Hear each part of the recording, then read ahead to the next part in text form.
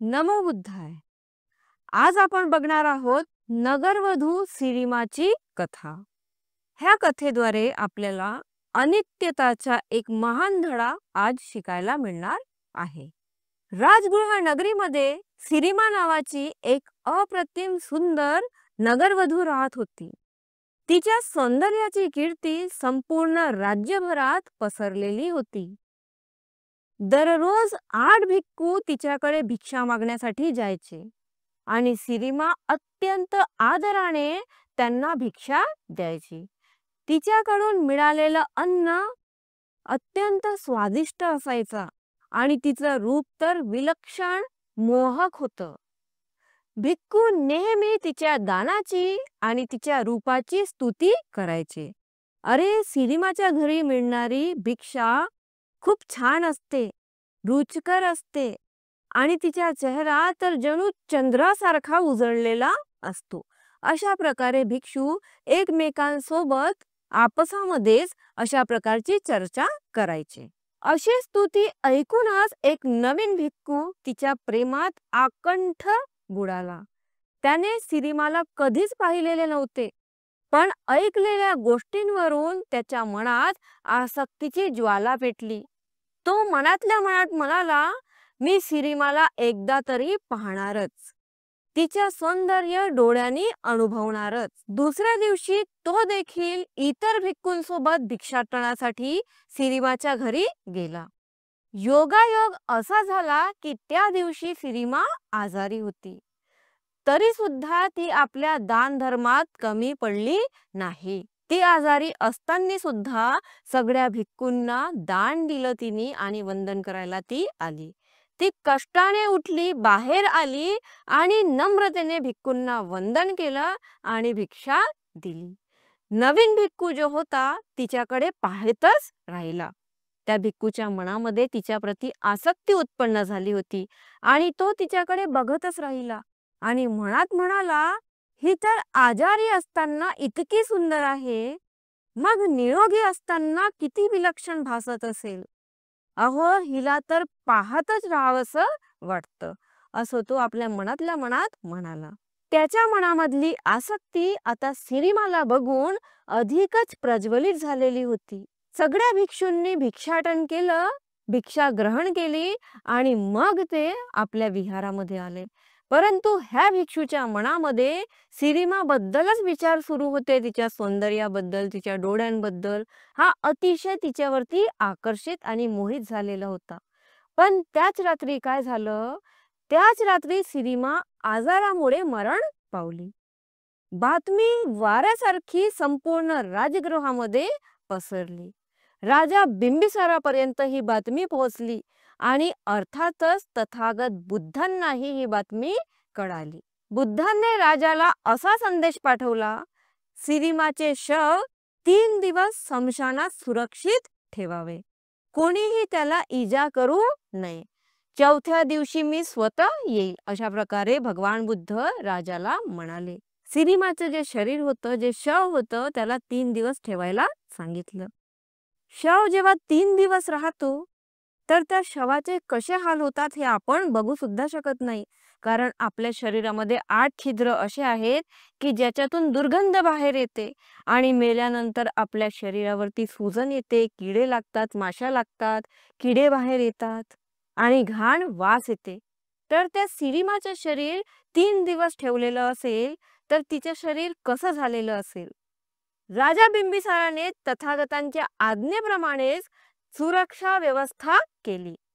3 दिवस नगरवधू सिरिमाचे शरीर स्मशान भूमीमध्ये तसेच ठेवले गेले. 4थ्या दिवशी राजगृहाच्या स्मशान भूमीत एक वेगळे दृश्य दिसत होती. राजा बिंबिसार, त्याचे मंत्री, प्रजा, असंख्य उपासक उपासिका, संपूर्ण भिक्खू संघ आणि विशेष म्हणजे तोच भिक्खू ज्याच्या मनात सिरिमाबद्दल मोह जागृत झाला होता, हे सर्वजण तिथे हजर होते. कोणालाही कल्पनाही नव्हती की बुद्ध आज या प्रसंगातून किती महान उपदेश देतील. सिरिमाचे शव बाहेर आणले गेले. ते पाहून लोक थक्क झाले. सौंदर्याची देवी वाटणारी सिरीमा आता ओळखूही येईना. तिचं शरीर फुगलेलं होतं, डोळे खोल गेले होते आणि सगळीकडे दुर्गंध पसरू लागलेली होती. बुद्धांनी सगळ्यांना प्रश्न विचारला. तथागतांनी शांतपणे राजा बिंबिसाराला विचारलं, राजा, हे कोणाचे शव आहे? राजा नम्रतेने म्हणाला, भगवान, ही नगरवधू सिरीमा आहे. बुद्ध म्हणाले, हो राजा, हीच सिरीमा आहे, ज्या स्त्रीसाठी धनाढ्य पुरुष एकेकाळी हजारो मुद्रा द्यायचे. आज तिचे शरीर येथे आहे. आता पाहूया लोक याला किती किंमत देतात. नगरवधू म्हणजे जी सगळ्यांसोबत, राजासोबत, राजकुमारांसोबत चर्चा करते, संवाद करते आणि लोक तिच्यावरती हजारो मुद्रा खर्च करायचे. तर भगवान बुद्ध म्हणतात की आज बघूया की लोक हिच्यावरती किती मुद्रा खर्च करायला तयार आहेत, हिची किती किंमत देतील. राजा बिंबिसाराने आपल्या प्रधानाला सांगितले, येथे जमलेल्या लोकांना विचारा, जर कोणालाही सिरीमाचे शव हवे असतील तर 1000 मुद्रा घेऊन ते घेऊन जावे. प्रधानाने मोठ्या आवाजात जाहीर केले, कोणी या शवाला 1000 मुद्रा देऊन घेऊन जाईल का? संपूर्ण सभा शांत होती. कोणीही पुढे आले नाही. कोणीही पुढे आले नाही तर किंमत घटवली गेली. बुद्ध म्हणाले, ठीक आहे राजा, किंमत आता कमी करा, 500 मुद्रा करा. पुन्हा विचारलं गेलं पण उत्तर मिळालं नाही. नंतर हीच किंमत 250 मुद्रा, तरी सुद्धा उत्तर नाही. 100 मुद्रा, तरी सुद्धा कोणीही हो म्हणायला तयार नाही. त्यानंतर 50, त्यानंतर 20 आणि त्यानंतर 10, तरी सुद्धा कोणीही हो म्हणायला तयार झालं नाही. नंतर 1 मुद्रा, 1 मुद्रामध्ये हिचं शरीर कुणीतरी घेऊन जावं अशी घोषणा करण्यात आली. 1 मुद्रा देऊन सुद्धा कोणी तिचं शरीर घेऊन जायला तयार झालं नाही. शेवटी जाहीर करण्यात आलं, हे शव कोणाला हवे असेल तर मोफत घेऊन जाऊ शकतो. तरी सुद्धा कोणी हात पुढे केला नाही. एकेकाळी तिच्या शरीरावरती हजारो मुद्रा देऊन लोक तिच्या सौंदर्यावर मोहित व्हायला हजारो मुद्रा खर्च करायच्या. पण आता तेच तिचे शरीर आहे, पण ती आता मरण पावलेली आहे आणि ते तिचे शव आहे. पण आता तिच्यावरती कुणी 1 मुद्रा सुद्धा द्यायला, खर्च करायला तयार नाही. त्याच क्षणी बुद्धांनी संपूर्ण सभेकडे पाहिलं आणि गंभीर आवाजात सगळ्यांना सांगितलं, जगातील लोकांनो, पहा या शरीराकडे. हीच सिरीमा जी जिवंत असताना हजारो मुद्रांची किंमत धरली जात होती. तिचं शरीर आज फुकट दिलं तरी कोणी घ्यायला तयार नाही. हे आहे शरीराचं खरं स्वरूप. जेव्हा श्वास आहे तेव्हा सौंदर्य, आकर्षण, आसक्ती आहे. पण मृत्यूनंतर एक दिवसही हे सगळं टिकत नाही. मग या हाडामासांच्या गोड्याबद्दल एवढी आसक्ती का? सर्व काही अनित्य आहे. जे जन्मलं आहे ते मरणारच आहे. जे सुंदर आहे ते नष्ट होणारच आहे. म्हणून मोह सोडा, आसक्ती सोडा, सत्य पहा आणि अनित्य भाव जाणून घ्या.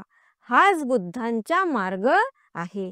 अशा प्रकारे भगवान बुद्धांनी अनित्य आहे, सगळे काही अनित्य आहे, आपलं शरीर अनित्य आहे, क्षणभंगूर आहे, नष्ट होणार आहे, हा धडा त्या दिवशी सगळ्या उपासक उपासिकांना, भिक्खू संघाला आणि राजा, त्याच्यासोबत त्यांचे मंत्री, ह्या सगळ्यांना सांगितला. जेव्हा तो भिक्खू ज्याच्या मनामध्ये सिरीमाबद्दल आसक्ती निर्माण होते तो सुद्धा तिथे असतो, जेव्हा तो भगवान बुद्धांचा हा उपदेश ऐकतो तेव्हा त्याचे मन परिवर्तित होते. तो समजतो की मी माझ्या आयुष्यात खूप मोठी चुकी केलेली आहे. म्हणून तो भिक्खू ज्याच्या मनात सिरीमाबद्दल मोह जागृत झाला होता त्याने हे ऐकून अश्रूंनी डोळे भरले. त्याला कळलं, माझं मन चुकीच्या वाटेवर जात होतं. खरं सौंदर्य म्हणजे आपल्या मनाची निर्मळता. शरीराचे सौंदर्य तर क्षणिक असते. तिथे उपस्थित सगळ्या लोकांच्या हृदयावर खोलवर बोध झाला. राजगृह स्मशानभूमीतला तो दिवस लोकांना आयुष्यभर लक्षात राहिला. साधू साधू साधू. व्हिडिओ आवडल्यास व्हिडिओला लाईक करा, जास्तीत जास्त शेअर करा आणि कमेंट करून तुमची प्रतिक्रिया नक्की कळवा. तुम्हाला व्हिडिओ कसा वाटला आणि जर तुम्ही चॅनलवर नवीन असाल तर प्लीज चॅनलला सबस्क्राईब करून घ्या. नमो बुद्धाय.